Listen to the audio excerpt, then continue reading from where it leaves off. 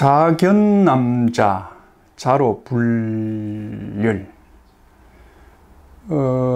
지금 이 대목은요, 상당히 연문이 뿌려진 이야기거든요. 이 공자님 일생에서, 일대기송에서, 뭐랄까요, 연문이 생긴 얘기가 한두 가지 있는데, 그 중에 이제 하나입니다. 뭐 옛날 성인도 그런 일이 있었는가를 짐작해 보면 재미가 있는데요.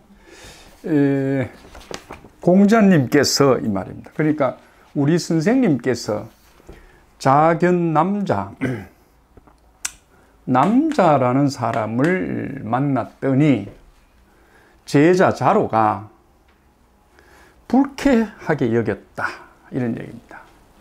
그러니까 이때는 기쁠열자거든요.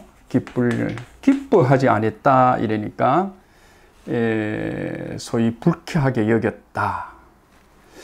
물론 뭐 제자들이 또는 뭐 자식들이 그 선생이나 그 아버지가 바르지 못한 행동을 하면 좀 뭐 투덜댈 수 있겠죠. 지금 이제 투덜댄 겁니다, 이 자로가. 사실 자로는 공자님의 그 제자 중에서 으뜸 가는 제자지만은 가장 연장자였습니다. 9살 차이밖에 안 났으니까. 그래서 뭐 여러 차례 선생님한테 이제 헤딩하는 장면들이 보였죠. 바로 여기서도 그렇습니다. 그러면 남자란 사람은 어떤 사람이냐 이래 봤을 때 위나라 영공이라는 임금의 첩인데, 이 양반이 소위 중전 역할, 그러니까 뭐 나초 얘기하면 부인이랍시다. 정부인 역할을 한 사람이에요. 그래서 또 소문에는 음란의 대명사입니다. 그 당시에 이 위나라에 뭐 여러 사건들이 있는데 그 일일이 열거할 수는 없고, 그래서 심지어 영공의 당대의 임금의 그 태자가, 괴라는 태자가 들이받은 거예요. 쫓아내라고. 요즘 같으면 탄핵하라고. 그죠? 그 정도로 소위 소문이 안 좋았던 사람입니다. 그 대명사입니다. 음란의 대명사. 그런 그 사람을 공자님이 만났다는 거거든요. 그래, 만나고 왔다 하니까 자로가 투덜댄 거예요. 그죠? 불쾌하게 여기면서 얼굴을 부락부락 하면서 그럴 수가 있습니까 말이야. 그런 소문이 안 좋은 사람 만나면 그 다음 일은 어떻게 감당할 거냐고 막 이제 일이 됐다는 거예요. 그래서 부자께서 이 말입니다. 부자, 공부자죠. 우리 선생님께서 시지왈, 요 시자 요 때는 맹세라는 말입니다.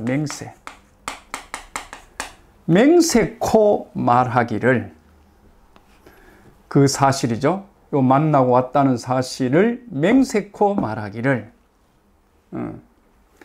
내가 가령, 이때는 가령입니다. 이제 어떤 가정에서 우리가 얘기하는 거죠. 내가 가령 비한 자를 만나고 왔다고 하면, 이 말이죠. 여기 이제 비가 주가 여러 갈래가 있습니다. 일본은 이제 부도덕이랍니다. 부도덕.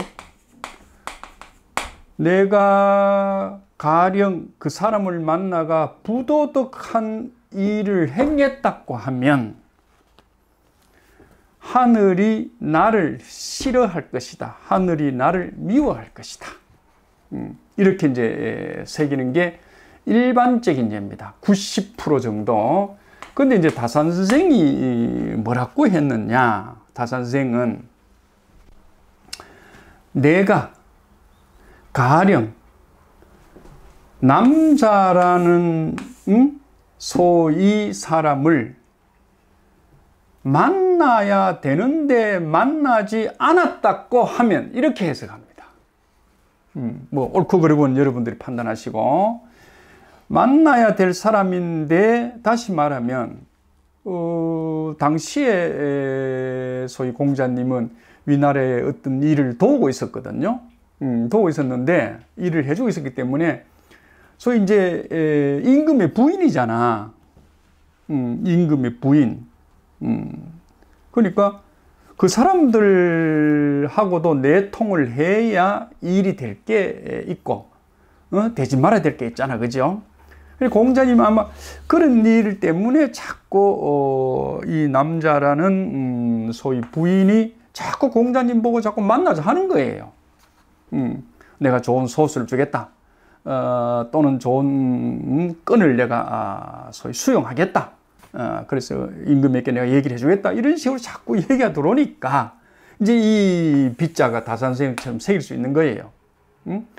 내가 남자라는 여인을, 영부인이잖아. 좋게 말하면 영부인을 만나야 되는데 만나지 아니했다고 하면, 이런저런 세상 소문 때문에 안 했다고 그러면 하늘이 봤을 때 네가 나라 일을 하는 사람이냐 하지 않는 사람이냐 하면서 꾸짖으면서 내를 미워했을란지도 모른다.